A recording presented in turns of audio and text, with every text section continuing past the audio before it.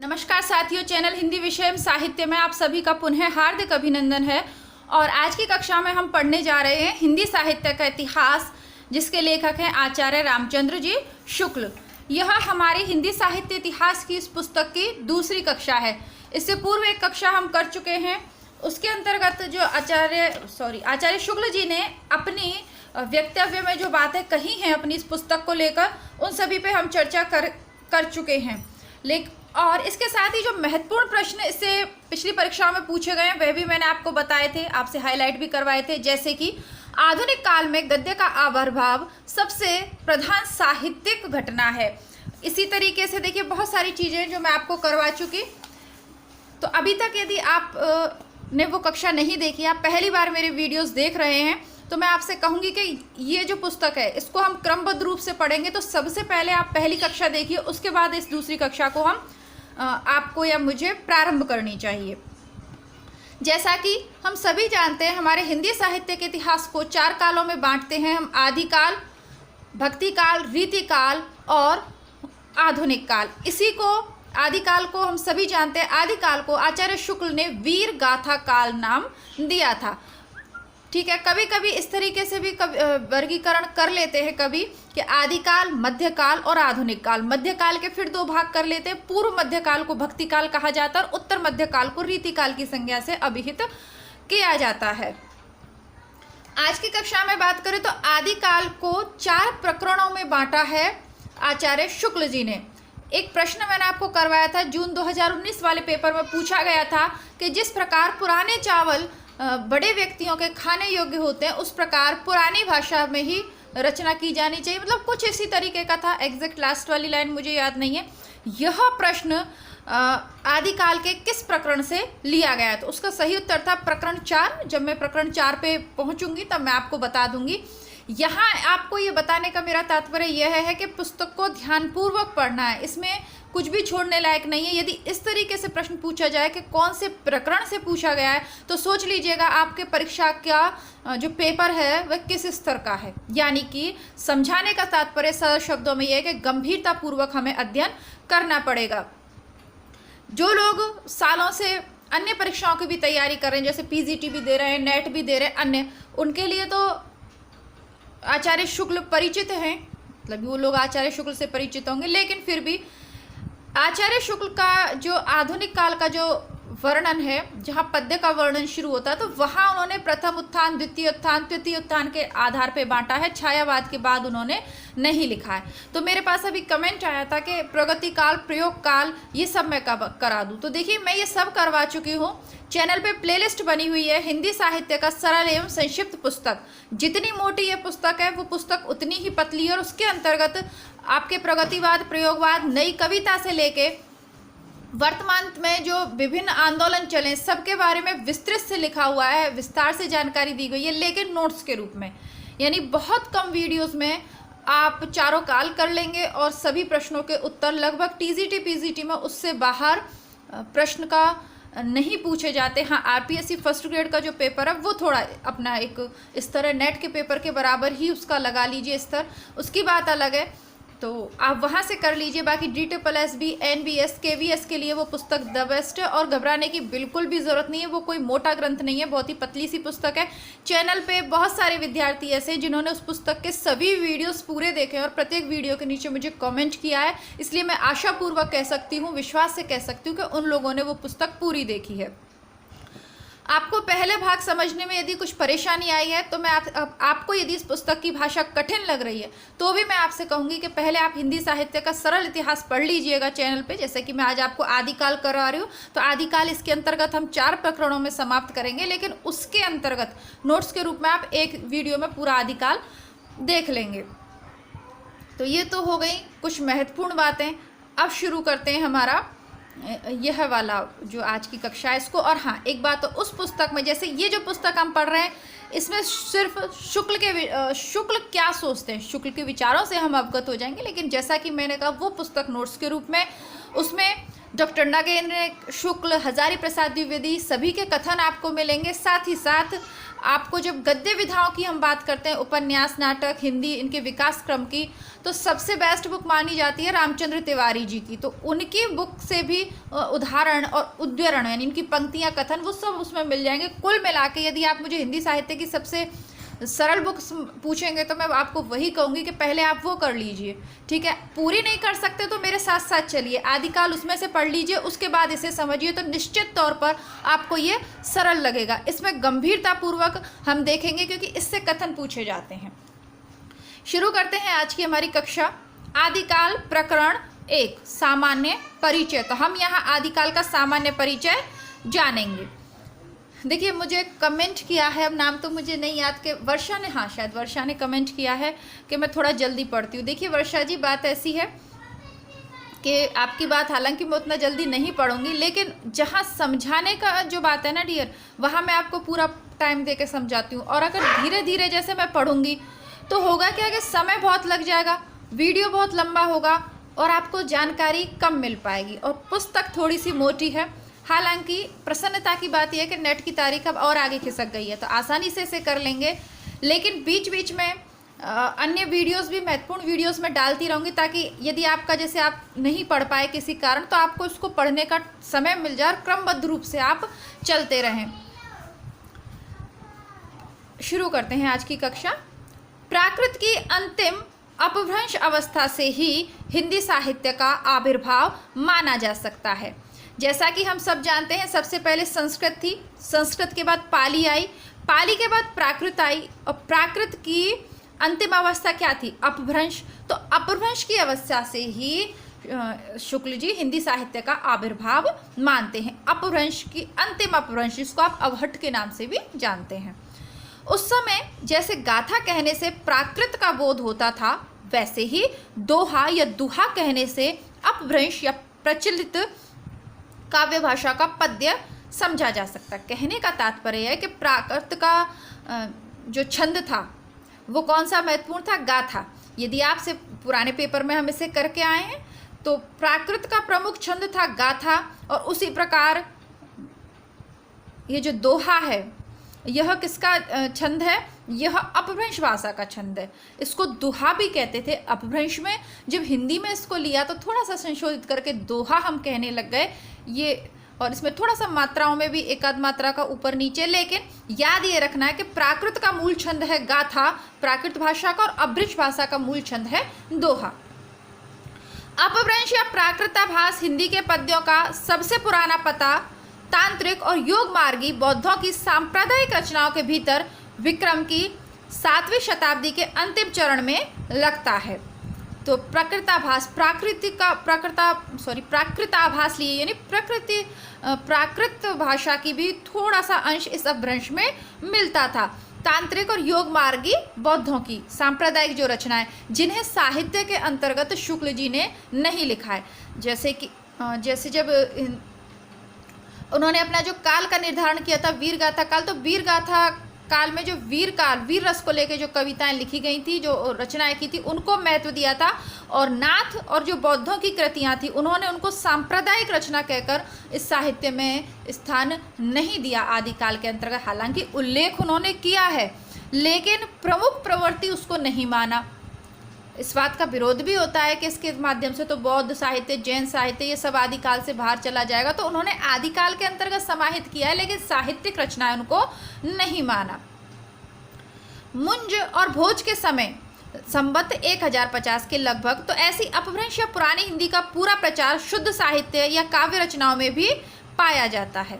अतः हिंदी साहित्य का आदिकाल संवत 1050 से लेकर संवत 1375 तक, अर्थात महाराज भोज के समय से लेकर हम्मीर देव के समय के कुछ पीछे तक माना जा सकता है।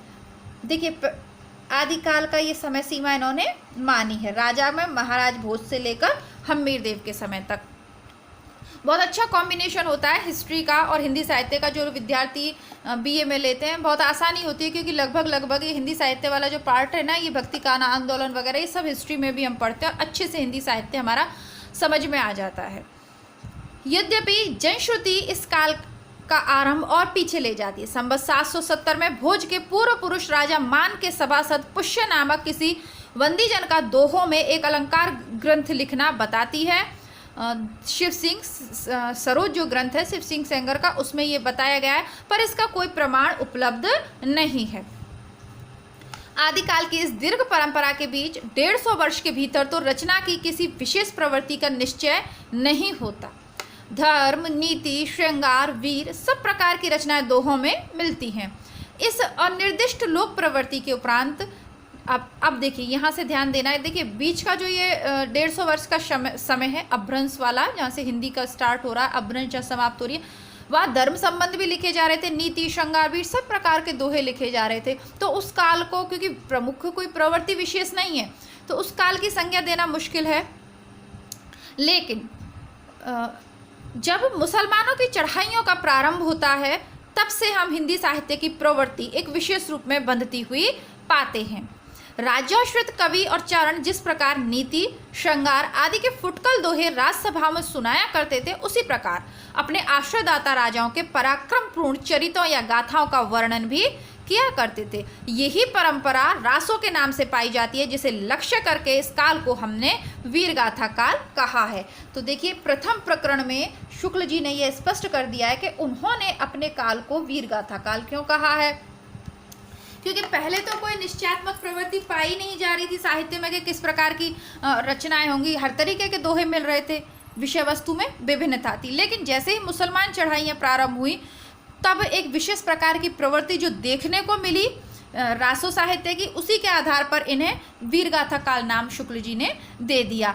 अब देखिए यहाँ से आपको देखना पड़ेगा कि जब से हमारे ऊपर मुस्लिम आक्रमण शुरू हुए, तभी उसी काल में अपभ्रंश से हिंदी का विकास भी हो रहा है। तो जैसा मैंने कहा कि हिस्ट्री को भी देखते चलिए और उसके साथ साथ साहित्य को जोड़ने का प्रयास कीजिए, चीज़ें आसान हो जाएंगी। मैं अपनी ही बात बताऊं तो जब 11th-12th में हिंदी साहित्य का इतिहास जब पढ़ा जा रहा था, ये रामचरितमानस जब मैं अपनी मम्मा को पढ़ते हुए सुनती थी, तो मैं ये सोचती थी कि ये कोई बहुत पुराना ग्रंथ होगा। ये मैंने कभी ये कल्पना ही नहीं करी थी कि तुलसीदास अकबर का समकालीन हो सकता है। और ये मुझे बहुत बात तक नहीं पता था कि तुलसीदास ने रामचरितमानस की रचना अकबर के काल में की है। क्योंकि देखिए अकबर को तो हम हिस्ट्री में पढ़ते हैं, उसका तो समय सामने हमारे नहीं हुआ, लेकिन एक निश्चित तो है ना। तो मैं तुलसीदास को भी कोई बड़ा भगवान टाइप का ही कवि समझा करती थी। ये बाद में आके जब अपने स्तर पर पढ़ाई शुरू करी है, बीए में लाइब्रेरी में थोड़ा सा समय गुजारा है, तब जाके मुझे ये चीज़ें समझ में आई कि अकबर के समकालीन तुलसी थे। और ये कोई रामचरितमानस कोई आसमान से आई हुई रचना नहीं है, इसको हमारे और आपके जैसे एक सामान्य व्यक्ति ने ही लिखा है। कहने का तात्पर्य है कि हिस्ट्री के साथ साहित्य को जोड़ते हुए चलेंगे, माइंड में चीज़ें क्लियर होंगी। हालांकि ये सब चीज़ें बोर्ड पे समझाने वाली हैं, तो पहले इसे पढ़ लेते हैं, पूरा अच्छे से समझ लेते हैं, फिर जैसा समय रहता है तथ्यों के सहित आपको समक्ष शीघ्र ही प्रस्तुत करेंगे। आगे देखते हैं। दूसरी बात इस आदिकाल के संबंध में ध्यान देने की यह है कि इस काल की जो साहित्यिक सामग्री प्राप्त है, उसमें से कुछ तो असंदिग्ध है और कुछ संदिग्ध। असंदिग्ध सामग्री जो कुछ प्राप्त है, उसकी भाषा अपभ्रंश अर्थात प्राकृत भाषा, प्राकृत की रूढ़ियों में बहुत कुछ बद्ध हिंदी है। इस अपभ्रंश या प्राकृत भाषा हिंदी का अभिप्राय है कि यह उस समय की ठीक बोलचाल की भाषा नहीं है जिस समय की इसकी रचनाएं मिलती हैं। यह उस समय के कवियों की भाषा है। कवियों ने काव्य परंपरा के अनुसार साहित्यिक प्राकृत के पुराने शब्द तो लिए ही हैं, विभक्तियां, कारक चिन्ह और क्रियाओं के रूप आदि भी बहुत कुछ अपने समय से कई सौ वर्ष पुराने रखे हैं। जैसे कि पीछे की हिंदी में तत्सम संस्कृत के शब्द लिए जाने लगे। ठीक है, तो आपको जो दूसरी बात याद रखनी है वो ये याद रखनी है कि जो सारी सामग्री हमें जिसे हम आदिकालीन साहित्य कहते हैं, उसमें से कुछ संदिग्ध है और कुछ असंदिग्ध। हम सभी जानते हैं कि पृथ्वीराज रासो की तो संदिग्धता पर की जो प्रामाणिकता है वो ही संदिग्ध है। अब इतना प्राचीन, सोचिए हजारों साल पूर्व का साहित्य उसके मूल रूप में मिलना मुश्किल है, और फिर ये ऐसी कोई पढ़ाई जैसी अब है हमारी व्यवस्था नहीं थी। हर जो दरबारी कवि है वो अपने राजा की प्रशंसा में कुछ लिखा करता था।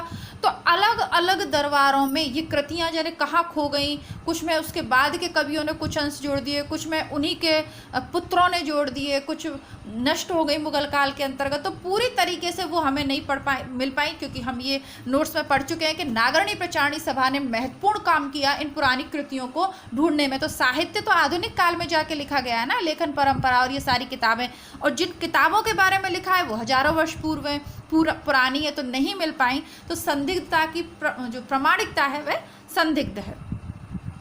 अब कैसे संदिग्ध उदाहरण दे रहे हैं, जैसे कि आज हम हिंदी लिख रहे हैं तो आज, लेकिन अब संस्कृत तो बोलचाल की भाषा नहीं है, लेकिन जब खड़ी बोली में कुछ कवि जैसे जयशंकर प्रसाद को निराला को पढ़िए तो निराला ने संस्कृत निष्ठ पदावली का प्रयोग किया है संस्कृत, लेकिन निराला के समय तो बोलचाल की भाषा हिंदी नहीं थी ना, वो संस्कृत नहीं थी ना। तो ये आगे की पीढ़ी के लिए भ्रम प्रस्तुत कर सकता है कि ये इस तरीके की रचना जो लिखी गई है क्या संस्कृत बोली जाती थी। उसी प्रकार वो कह रहे हैं कि प्राकृत के पुराने शब्द तो लिए ही हैं, यानी जो कई सौ वर्ष पुरानी भाषा थी उसके शब्द लिए हैं। तो इससे भी प्रामाणिकता कई बार कन्फ्यूज़न ये पैदा कर देता है कि इसके जो शब्द हैं, ये जो लेखक है जिसका दरबारी है उसका तो दूसरा समय है और जो भाषा उसने लिखी है वो दूसरी भाषा है। तो ये भी उसकी प्रामाणिकता को संदेह के घेरे में ला देता है। आगे बढ़ते हैं। बोलचाल की भाषा घिस घिसाकर बिल्कुल जिस रूप में आ गई थी वह सारा वही रूप ना लेकर कवि और चारण आदि भाषा का बहुत कुछ वह रूप व्यवहार में लाते थे जो उनसे 100 वर्ष पहले से कवि परंपरा रखती चली आती थी। अपभ्रंश के जो नमूने, अब देखिए ये भी लाइनें पूछी हुई हैं कहीं ना कहीं, तो पुराने पेपर में कौन से में ये आप लोग देख लीजिएगा, सारे पुराने पेपर उपलब्ध है चैनल पे। अपभ्रंश के जो नमूने हमें पद्यों में मिलते हैं वे उस काव्य भाषा के हैं जो अपने पुरानेपन के कारण बोलने की भाषा से कुछ अलग से बहुत कुछ अलग आदिकाल के अंत तक क्या उसके कुछ बाद तक पोथियों में चलती रही है। ये हाल ही के वर्षों में पूछा हुआ है ना, क्योंकि इतनी गहराई से शुक्ल को अभी महत्व मिला है तो उसमें पूछा हुआ, देख लीजिएगा आप। विक्रम की 14वीं शताब्दी के, ठीक है, अब इसको दोबारा से इस लाइन को देखते हैं। अपभ्रंश के जो नमूने हमें पद्यों में मिलते हैं वे उस काव्य भाषा के हैं जो अपने पुरानेपन से के कारण बोलने की भाषा से बहुत कुछ अलग बहुत दिनों तक आदिकाल के अंत तक क्या उसके कुछ बाद तक पोथियों में चलती रही, जैसे कि हमारी संस्कृत चल रही है। विक्रम, अभी भी लोग संस्कृत निष्ठ पद्य लिखते हैं ना जो आचार्य लोग, इसका मतलब ये तो नहीं है कि बोलचाल की भाषा संस्कृत, अब तो अंग्रेजी का वर्चस्व है, लेकिन फिर भी खड़ी बोली में भी रचनाएं लिखी जा रही है। अब क्योंकि ये सोशल मीडिया का समय है, पुस्तकों को संकलित किया जाता है, संग्रहित किए जाने की व्यवस्था है, तो आगे कन्फ्यूज़न नहीं होगा, लेकिन तब ये व्यवस्था नहीं थी ना, तो इसीलिए ये आदिकाल विवादित है।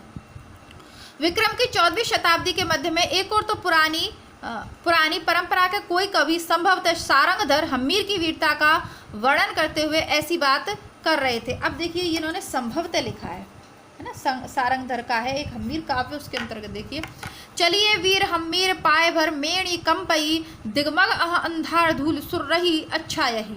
दूसरी ओर खुसरो मियाँ दिल्ली में बैठे ऐसी बोलचाल की भाषा में पहेलियां और मुकरियां कर रहे थे, एक नारे ने अचरज कीना सांप मार पिंजरे में दिया। इसी प्रकार 15वीं शताब्दी में एक और तो विद्यापति बोलचाल की मैथिली के अतिरिक्त इस प्रकार की प्राकृता भाषा पुरानी काव्य भाषा भी बनते रहे।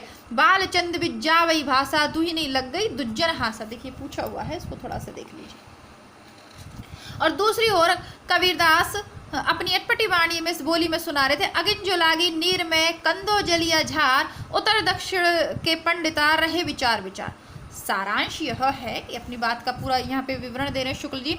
सारांश यह है कि अपभ्रंश की यह परंपरा विक्रम की 15वीं शताब्दी के मध्य तक चलती रही।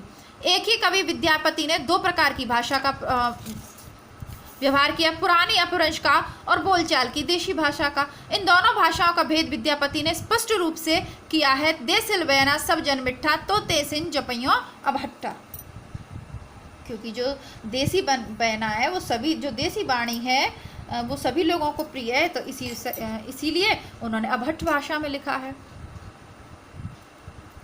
और भाषा में भी लिखा है, देशी भाषा में भी लिखा है। अर्थात देशी भाषा सबको मीठी लगती है, इससे वैसा ही अपभ्रंश का भाषा का मिला हुआ मैं कहता हूँ विद्यापति ने अपभ्रंश से भिन्न प्रचलित बोलचाल की भाषा को देशी भाषा कहा है, अतः हम भी इसी अर्थ में शब्द का प्रयोग कहीं कहीं आवश्यकता अनुसार करेंगे। इस आदिकाल के प्रकरण में पहले हम अपभ्रंश की रचनाओं का संक्षिप्त उल्लेख करके देशी भाषाओं की रचनाओं का वर्णन करेंगे।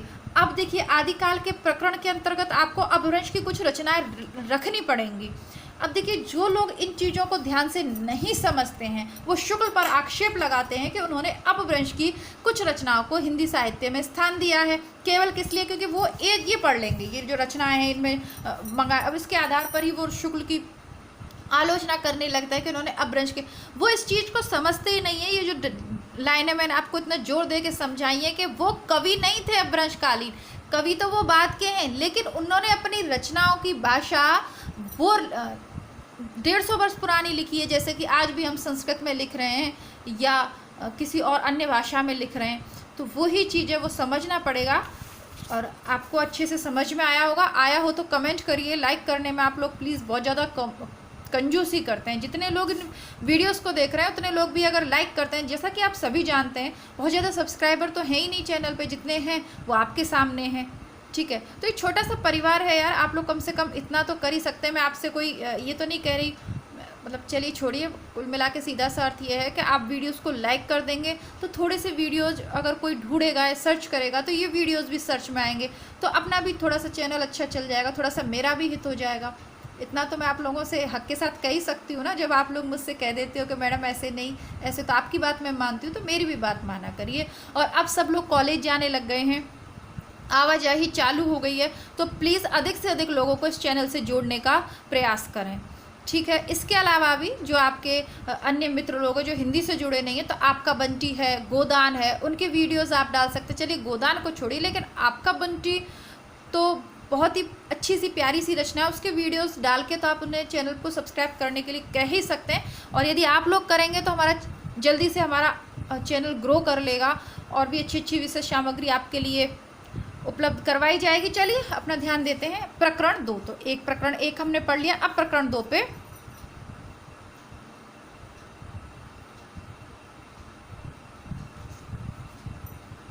चलिए। जब से प्राकृत बोलचाल की भाषा ना रह गई तभी से अपभ्रंश साहित्य का आविर्भाव समझना चाहिए। पहले जैसे गाथा या गाहा कहने से प्राकृत का बोध होता था, वैसे ही पीछे दोहा या दुहा कहने से अपभ्रंश या लोक प्रचलित काव्य भाषा का बोध होने लगा। इस पुरानी प्रचलित काव्य भाषा में नीति, श्रृंगार, वीर आदि की कविताएं तो चली ही आती थी। जैन और बौद्ध धर्माचार्य अपने मतों की रक्षा और प्रचार के लिए भी इसमें उपदेश आदि की रचना करते थे। प्राकृत से बिगड़कर जो रूप बोलचाल की भाषा ने ग्रहण किया वह भी आगे चलकर कुछ पुराना पड़ गया और काव्य रचना के लिए रूढ़ हो गया। अपभ्रंश नाम उसी समय से चला। जब तक भाषा बोलचाल में थी तब तक वह भाषा या देशभाषा ही कहलाती रही। जब वह साहित्य की भाषा हो गई तब उसके लिए अपभ्रंश शब्द का व्यवहार होने लगा। यानी जब तक जो प्राकृत का बिगड़ा हुआ रूप था, बाद वाला रूप था, जब तक वो बोला जा रहा था तब तक तो देशभाषा कहलाता रहा, लेकिन जब साहित्यिक रचना उसमें होने लगी तब हम उसे अपभ्रंश कहने लगे। यानी देशभाषा अपभ्रंश दोनों एक ही बात है। भरत मुनि विक्रम 3री शताब्दी ने अपभ्रंश नाम न देकर लोक भाषा को देशभाषा ही कहा है। बिल्कुल सही है, क्योंकि ये तो अपभ्रंश तो हम उस साहित्य के लिए, उस भाषा के लिए यूज कर रहे हैं जो किताबों में लिखी गई है। जनरली जैसे लोग सामान्यतः बोल रहे हैं उसे देशभाषा ही कहते हैं। वररुचि के प्राकृत प्रकाश में भी अपभ्रंश का उल्लेख नहीं है। तो ये अपना तर्क दे रहे हैं कि किस आधार पर वो ये बात कह रहे हैं कि केवल साहित्य की भाषा ही अपभ्रंश कहलाती है। अपभ्रंश नाम पहले बल्लवी के राजा धारसेन द्वितीय के शिलालेख में मिलता है,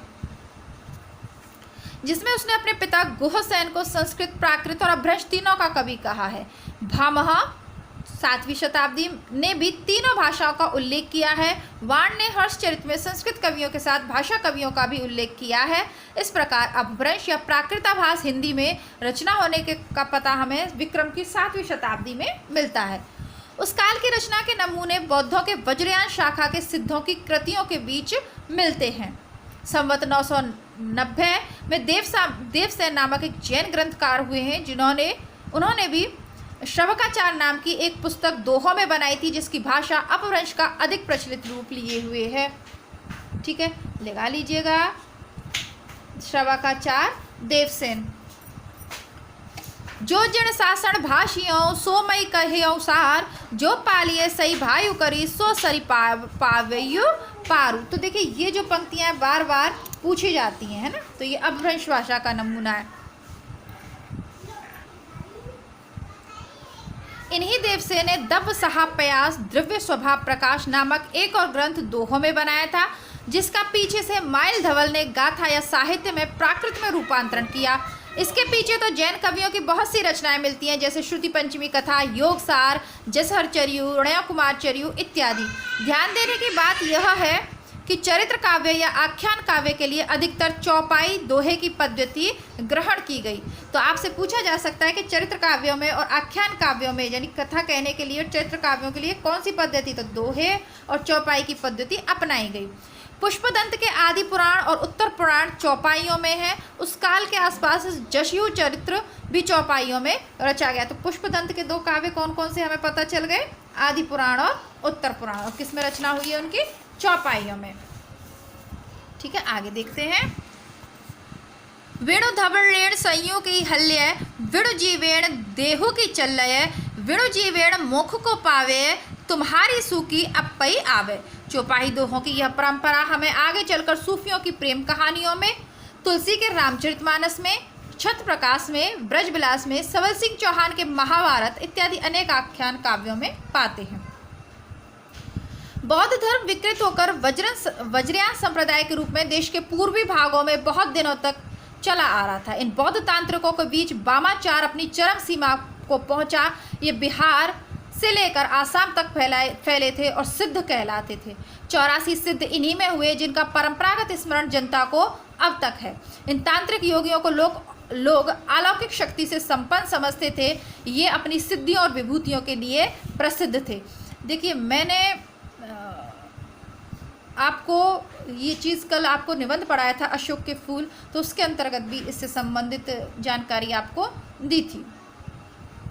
राजशेखर ने कर्पूर मंजरी में भैरवानंद नाम के एक ऐसे ही सिद्ध योगी का समावेश किया है। इस प्रकार जनता पर इन सिद्ध योगियों का प्रभाव विक्रम की 10वीं शताब्दी से ही पाया जाता है, जो मुसलमानों के आने पर पठानों के समय तक कुछ कुछ बना रहा। बिहार के नालंदा और विक्रमशिला नाम एक प्रसिद्ध विद्यापीठ इनके अड्डे थे। बख्तियार खिलजी ने इन दोनों स्थानों को जब उजाड़ा तब इसे ये तितर-बितर हो गए। बहुत से भोट आदि अन्य देशों को चले गए। तो अब ये हुई एक हिस्ट्री की बात है कि बख्तियार खिलजी ने जब नालंदा और विक्रमाशील जैसे विद्यान को नष्ट किया, तब ये लोग अलग अलग चले गए। तो देख लीजिए, इनका बिहार के अंतर्गत है नालंदा, तो इनका स्थान कहाँ था, बिहार, और उस तरफ इनका ज़्यादा था और थोड़ी सी शिक्षा की भी वो रही। कुल मिला के चलिए आगे बढ़ते हैं। 84 सिद्धों के नाम ये हैं। तो प्रमुख 84 लुहिपा, कणप्पा, शरपा, इनके तो हमें पूछे ही जाते हैं ना, सरहपा, लुहिपा, शबरिपा, तो ये सब हैं। और देखिए योगिनों के अंतर्गत देख लीजिएगा, मणिभद्रपा, ये एक बार पूछी हुई है, मणिभद्रपा, कनकलापा, इनके पीछे पाई पा लगेगा बस। तो ठीक है, बाकी ये नाम पढ़ के सुना दूँ मैं आपको। चलिए, लुहिपा, लीलिपा, वीरूपा, डोम्भिपा, शबरिपा, सरहपा, कंकालिपा, मीनपा, गोरक्षपा, चौरंगीपा, विड़ापा, शांतिपा, तंतिपा, चमरपा, खड़कपा, नागार्जुन, कढ़पा। कढ़पा का भी भाई पूछा जाता है दोहा एक। कर्णरिपा, थगनिपा, नारोपा, शीलपा, तिलोपा, छत्रपा, तिलोपमा भी पूछा है, पता नहीं ये वाली तिलोपमा या दूसरी है। भद्रपा, खोगदिपा, अजगणिपा, कालपा, दोभिमपा, कंकड़ा, कमरपा, डोंगिपा, भेदेपा, तंदिता, कुकरिपा, कुचुकपा, धर्मपा, महिपा, अचिंतपा, भलेहषा, भूसुकुपा, इंद्रभूति, मेकोपा, कटपुलिपा, कमारिका, जालंधरापा, राहुलपा, घरवरिपा, धोगरिपा, मेदनिरपा, पंकजपा, घंटपा, जोगिपा, चेलुकुपा, गुंडरिपा, ये नाम सबसे बढ़िया, गुंडरिपा, निर्गुणपा, जयानंद, चटरपटा, चरपटिपा, चंपकपा, भिकनपक, अरे भाई, भलिपा, कुमारपा, चमरिपा, मणिभद्रपा, योगिनी, कनकलपा, योगिनी, कलकलपा, कातलिपा, उद्रिपा, कपालपा, किलपा, सागरमपा, सर्वभक्षणपा, नागबोधिपा, दारिकपा, पुतलिपा, पहनिपा, कोकिलिपा, अंगनपा, लक्ष्मीकरा, योगिनी, समुद्रपा और भीलपा।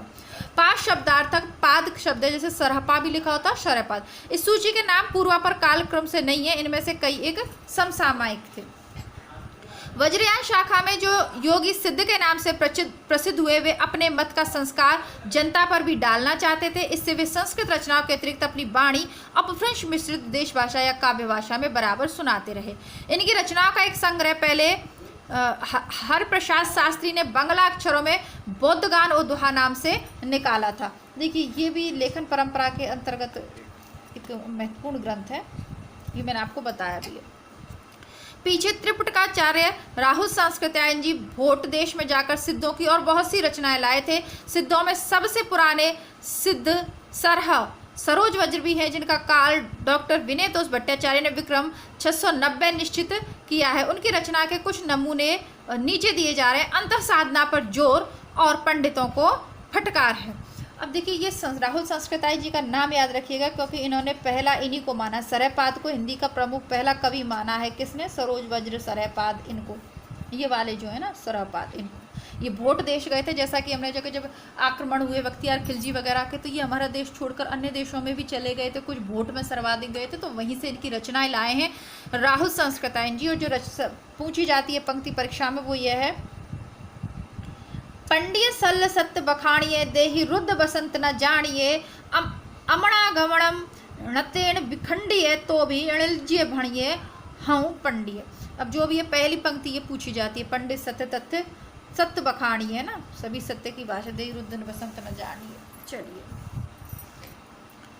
अच्छा, ये भी पूछा हुआ है, जही मन पवन न संचरय रवि शशि नहीं पवेश तही बट चित्त विषाम करू सोही कहिए उबेश घोर अंधाड़े चंदमणि जिमे उद्योग करिए परम महासुहु एक कणे दुर्य अशेष हरिये जीवंत जो नहीं जरिए सो अजरामर होए गुरु उपयई से विमलई सो पर धन्ना कोई। गुरु के उपदेश की इसमें महिमा बताए, घोर अंधारे चंदमणि जिमे उद्योग करिए परम महासुख एहु कणे दुर्य अशेष हरिये। जिस प्रकार घोर अंधकार में चंदमणि प्रकाशित करती है ना, उसी प्रकार गुरु के उपदेश से भी व्यक्ति तर जाता है। तो देखिए, ये महासुख से संबंधित ये प्रश्न पूछी गई है, ये लाइनें पूछी गई हैं। आगे खैर इस सुख को आगे व्याख्यायित किया गया है, पर ये एज इट इज पंक्तियाँ हाल ही से मेरा तात्पर्य, जब भी मैं हाल ही के वर्ष कहूँ तो 18-19 देख लिया करिए आप।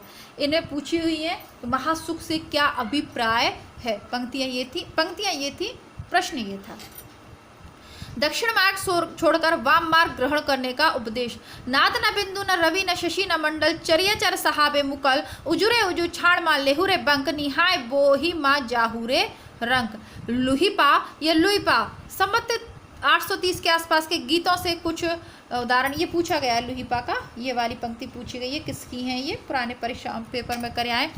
का आ तरुवर पंच बिड़ाल चंचल चिये पैठो काल दिट करिए महासुख परिणाम लुई भड़िए गुरु पुच्छे जान। महासुख, लुई गुरु और महासुख है ना, तो गुरु के सानिध्य से महासुख की प्राप्ति। आगे देख लीजिए, भाव न होई अभाव न जाने ऐसे सुहेबंद को पति आए लूण भणिए बट दुलखण बनाड़ते धाय विषय आड़ेला। विरूपा की देखिए, ये सब 900 देखिए, लुईपा ये 830 के करीब है। विरूपा की देखिए, सहजे थिर करी वारु निषाद अजरामर हुए दिठ कान दशिम द्वारा चिन्ह देखिया आयल गहा के अणिप बहिया। चौषठी घड़िए देठ पसारा पैठल गाहक नहीं निसारा। कढ़पा की देखिए 900 के उपरांत है ये। एक किंज मंत्रण तंत्रणीय धरणी लिय केली करंतणीय घर घरणी जान भी मंजई ताब की पंचवर्ण वरहिजई। जिमि लौण विलज्जई पाण ई तिमि धरणी लई चित्त समरस जई तखणे जड़ पुणु ते सम नित्य। जिस प्रकार पानी में नमक मिल जाता है। यह भी पूछी हुई पंक्तियां भाई हाल ही के वर्षों में ये भी आपको मिल जाएंगी। जैसा कि मैंने आपको कहा भी, पुराने पेपर किए बिना कोई भी परीक्षा दे रहे हो, मैं सिर्फ ऐसा नेट के लिए नहीं कर रही हूँ, आप पीजीटी टीजीटी कोई भी परीक्षा दे रहे हो, पुराने पेपर करे बिना पेपर देने कभी नहीं जाना चाहिए और ज़रूरी है। तो ये देख लीजिएगा, ये भी हाल ही के वर्षों में पूछी गई है। वज्रयानियों की योग तंत्र साधनाओं में मध्य तथा स्त्रियों का विशेषतः डोमिनी रजकी आदि का अबाध सेवन एक आवश्यक अंग था। सिद्ध कढ़पा डोमिनी का आह्वान गीत इस प्रकार गाते हैं। ये मैंने कल आपको अशोक के फूल निबंध के अंतर्गत भी विस्तार से बता दिया था, दोबारा रिपीट नहीं करूंगी मैं। अब ये डोमिनी का आह्वान कौन कर रहे हैं? कढ़पा सिद्ध कर रहे हैं ना, क्योंकि इनके लिए तो पंचमकार की साधना आवश्यक की थी। चलिए, नगर बाहिरे डोंबी तोरी कुड़ियाँ छई छोई जाए सो बाहर नाड़िया आलो डोंबी तोय सम करिए माँ संग निघिण कहण कपाली जोइला 100 पदमा 64 पाखुंजी तही चढ़ नचे डोंबी बापुड़ी हालो डोंबी तो पुछवे सद्भावे ऐसे सी जसी डोंबी कहारी नावे। तो डोमनी रच की एक तरीके से उनके पद हुआ करते, नारियों को बोला करते थे, वही जो अपनी सेवा भाव के लिए रखते थे, बस वही है। गंगा जौआ माजे रे बहिनाई ताई बुडली मातंगी पोयला लीले पार करे बाहुतु डोंबी बहालो डोंबी बांटते भैले छारा सदगुरु पाए गए जाए वे पुणु जिया। सदगुरु पे तो ये भी गुरु को काफ़ी महत्व देते हैं। और डोंबी उसको भी तो बोलते हैं ना, वो एक गोल गोल सी होती है, उस पर बैठ के वो नदी पार करते हैं, तो वो भी डोंबी है। और उस स्त्री को ये डोमिनी बोलते थे, इन्हें लगता था कि जैसे वो डोंबी पे बैठ के बाहु तो डोंबी वाले बाट न वाले उछारा। तो जिस प्रकार वो जो डोंबी होती थी ना, उस पर बैठ के वो नाव से नदी पार कर लिया करते, तो ऐसे गुरु के द्वारा भी पार कर लेते गुरु वो डोंबी के समान। और दूसरा, डोंबी वो नारी जो इन्हें इस संसार से लेके भगवान के पास पहुंचा देगी या पार लगा देगी, जो भी है। आगे बढ़ जाते हैं हम। का नावड़ी खंड मनी करे सदगुरु बहने घर पतवाल चिए थिर करी गेहूर नाय अन्न पाए पारना जाने। कपालिक जोगियों के बचे रहने का उपदेश घर में सास ननद कपालक जोगियों से बचे रहने का उपदेश घर में सास ननद आदि देती ही रहती थी, पर फिर भी वे आकर्षित होती थी जैसे कृष्ण की ओर गोपियां होती थी। तो ये लोग देखिए चमत्कार करते थे, है ना। तो इनकी जो सभी लोग थे वो नवविवाहिताओं को इनसे दूर रहने के लिए करते थे, क्योंकि घर घर मतलब इनके मठ बने होते थे, ये स्त्रियों को आकर्षित कर लेते थे और विभिन्न चमत्कारों के माध्यम से। फिर जो होता था वो सबको पता है। आगे देखते हैं। राग देश मोय लाड़ी छार परम भीक लड़ मुक्ति हार मारियो सास नंद करे साली माओ मारिया कढ़ा भली कवाली। थोड़ा घट के भीतर का बिहार देखिए। नाड़ी शक्ति द्वे धैर्य खंडे अनहर डमरू बाजे वीर नादे कहाण कपाली जोगी पचारे देह नयरी बिरहई एकारे। इसी ढंग का कुकृपा का एक गीत लीजिए। ससुरी निंद गोयल बहुड़ी जागे कानेट चोर नीलिका गजमागे दिवसई बहुड़ी काढ़े बर भाई रति भैले कामुरु जाए। अब देखिए ये क्योंकि बुक मैं आपको करवा रही हूँ तो इसलिए पढ़ के सुनाना जरूरी है, बाकी इतने इम्पोर्टेंट है नहीं सबकी सब। रहस्य मार्ग और यूँ तो वो कुछ भी पूछ लेगा वही इम्पोर्टेंट हो जाएगा, तो छोड़ेंगे कुछ नहीं, पढ़ते चलते हैं। जैसा कि मैंने कहा बाद में जो कुछ अप्रमुख चीज़ है वो छोड़ देंगे, लेकिन ये देख लेते हैं क्योंकि कभी भी कोई भी उदाहरण पूछा जाता है। पहले महासुख वाला नहीं पूछा गया था, वर्तमान परीक्षाओं में पूछ लिया, वो इम्पोर्टेंट हो गया। तो इसी तरीके से देखते हैं। रहस्य मार्गियों की सामान्य प्रवृत्ति के अनुसार सिद्ध लोग अपनी वाणी को ऐसी पहेली के रूप में भी रखते थे जिसे कोई बिरला ही बूझ सकता था। सिद्ध तंतिपा की अटपटी वाणी सुनिए।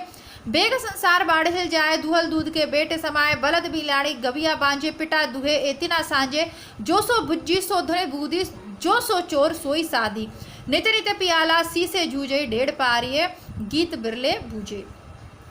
बौद्ध धर्म ने जब तांत्रिक रूप धारण किया तब उसमें से 5 ध्यानी बुद्धार उनकी शक्तियों के अतिरिक्त अनेक बोधिसत्वों की भावना की गई जो सृष्टि का परिचालन करते थे। वज्रयान में आकर महासुखवाद का प्रवर्तन हुआ। जैसे कि मैंने आपको कहा कि इसको आगे क्लियर किया जाएगा। महासुखवाद ये जो लोग कर देखिए बोधिसत्व हुए हैं, है ना, इनकी भी परिकल्पना वज्रयानी शाखा में की गई थी। भगवान बुद्ध ने ऐसा कुछ नहीं किया था। प्रज्ञा और उपाय के योग से इस महासुख दशा की प्राप्ति मानी गई है। प्रज्ञा और उपाय, प्रज्ञा यानी बुद्धि, उपाय यानी कर्म। इसे आनंद स्वरूप ईश्वर तत्व ही समझिए। निर्वाण के 3 अवयव ठहराए गए थे, शून्य, विज्ञान और महासुख। उपनिषद में तो ब्रह्मानंद के सुख के परिणाम का अंदाजा लगाने के लिए उसे सहवास सुख से 100 गुना कहा गया था, पर वज्रयान में निर्वाण के सुख का स्वरूप ही सहवास सुख के समान बताया गया। शक्तियां सहित देवताओं के युग नग्न स्वरूप की भावना चली और उनकी नग्न मूर्तियां सहवास की अनेक अश्लील मुद्राओं में बनने लगी जो कहीं कहीं अब भी मिलती हैं। तो ये जो आपने देखा होगा, ये इसको अभी थोड़ा सा नाम से ध्यान से थोड़ा सा नाम उतर रहा। वहाँ जाते हैं घूमने तो वहाँ इस तरीके की मूर्तियाँ मंदिरों में बनी हुई हैं, बौद्ध मंदिरों में। अभी थोड़ा सा याद नहीं आ रहा है, ख से शायद नाम है पर अभी याद नहीं आएगा। रहस्य या गुहा की प्रवृत्ति बढ़ती गई और गुह समाज, श्री समाज स्थान स्थान पर होने लगे। अब देखिए ये महासुखवाद जब तक नहीं पूछा गया था ना, तब तक तो पूछा नहीं गया था। अब ये पूछ लिया तो इम्पोर्टेंट हो गया, तो इसे हाईलाइट कर लीजिएगा। इसको तो एक ही जगह एक बार मैंने आपको पढ़ के सुना दिया, दूसरी बार आप स्वयं इसको वीडियो को थोड़ा सा रोक के इसे पढ़ सकते हैं ना। ईश्वर सुख की कल्पना सहवास सुख से करना। तो अब इनकी व्यभिचारिता है, इसे क्या कहें। चलिए आगे बढ़ेंगे। काफ़ी कुछ अशोक के फूल निबंध में कह लिया, इस बारे में काफ़ी स्पष्ट मैंने कर दिया था। आगे बढ़ते हैं। अरे मुझे नाम याद नहीं आ रहा, वहाँ घूमने भी जाते हैं लोग, पता नहीं मध्य प्रदेश में और पता नहीं। चलिए आगे। रहस्य गुहा की प्रवृत्ति बढ़ती गई और गुह समाज या श्री समाज स्थान स्थान पर होने लगे। ऊंच नीच कई वर्ण की स्त्रियों को लेकर मद्यपान के साथ अनेक विविध विधान वज्रयानियों की साधना में प्रधान अंग थे। सिद्धि प्राप्त करने के लिए किसी स्त्री का योग या सेवन आवश्यक था, जिसे शक्ति योगिनी या महामुद्रा कहते थे। यह प्रश्न भी पूछा हुआ है, 2017 में पूछा था ये, नवंबर 2017 में। महामुद्रा क्या थी? जैसा कि मैंने कहा कि इस पुस्तक की एक एक लाइन इम्पोर्टेंट है। कब क्या पूछ लेगा हमें नहीं पता, लेकिन थोड़ी सी मोटा ग्रंथ है इसलिए आप घबरा जाते हो, लेकिन ये इम्पोर्टेंट है भाई। नेट परीक्षा के लिए इसे छोड़ के जाने का सुझाव कोई भी योग्य शिक्षक आपको नहीं देगा। अब वो एक अलग बात है कि आपको खुश करने के लिए कोई कह दे कि ऑब्जेक्टिव टाइप बुक पढ़ के चले जाओ, कोई ऑब्जेक्टिव टाइप गाइड आपको बता दे, तो वो ऐसे के लिए फिर मैं आपसे यही कहूँगी कि अब हम इतने बड़े हैं कि हमें किसी के कहने पे नहीं चलना है, प्रमाण सहित चीज़ों को देखना है। और कहते हैं ना, पढ़े लिखे को आर्ट्स, हाथ कंगन को आरसी किया, पढ़े लिखे को फारसी किया। तो उठा के ज़्यादा नहीं, बस 17, 18 और 19 3 सालों के पेपर देख लीजिए। खरीदने की भी ज़रूरत नहीं है, चैनल पे प्लेलिस्ट में मिल जाएंगे पुराने पेपर वाली में, और आपको परीक्षा का स्तर पता चल जाएगा। ठीक है।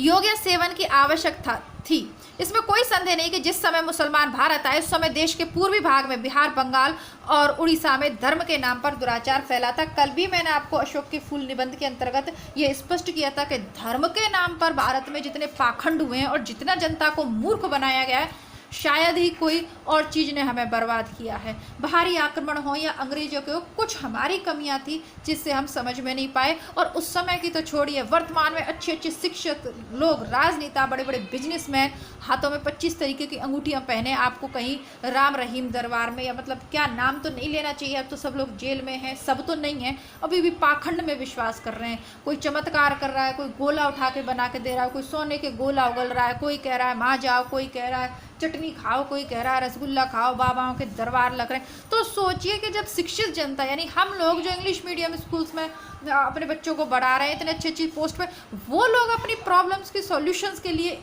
इनके लोगों के चक्कर में पड़े हुए हज़ारों की भीड़ आपको मिल जाएगी। स्त्रियों की विशेषता पगलाई, चलो नहीं कहूँ सो अच्छा, मतलब विशेष रूप से मतलब घर बार छोड़ के इनके पीछे लगी घूमती है। जब आज इस समाज में यह स्थिति है, तो सोचिए कि उस समय जब मुसलमानों के आक्रमण होते थे, जनता इतनी शिक्षित भी नहीं थी, शिक्षा का प्रसार नहीं था, उस समय क्या हालत हुई होगी समाज की। देवदासी जैसी भयंकर प्रथाएं, उनको पता ही नहीं था। वो तो अपनी कन्या को मंदिर के लिए समर्पित करना भाग्य का विषय समझते थे कि हमारी कन्या का नाम, उनको पता ही नहीं था ये चीज़ें। धर्म के नाम पर पाखंड फैलाया गया, अब भी फैलाया जा रहा है ना। आगे बढ़ जाते हैं। अच्छे से आपको महासुख बात समझ में आ गया ना। आगे बढ़ते हैं। रहस्यवादियों की सार्वभौम प्रवृत्ति के अनुसार ये सिद्ध लोग अपनी वाणियों के सांकेतिक अर्थ दूसरों भी बताया गया, जैसे का तरुवर पंच बिडाल। ठीक है, अब इसको देखिए, वीडियो थोड़ा सा लंबा हो गया, इसको कल की कक्षा में करेंगे। यहीं पे अपनी वाणी को विराम देती हूँ मैं। कल की कक्षा में हम इस पर चर्चा करेंगे। आज के लिए बस इतना ही, समझ में आना ज़रूरी है। बाकी ये पुस्तक सबके पास होगी, आप पढ़ सकते हो, नहीं है तो ख़रीद भी सकते हैं। सस्ती सी पुस्तक है, विशेषता है इसमें ऐसी कोई विशेष धनराशि आपकी खर्च नहीं होगी।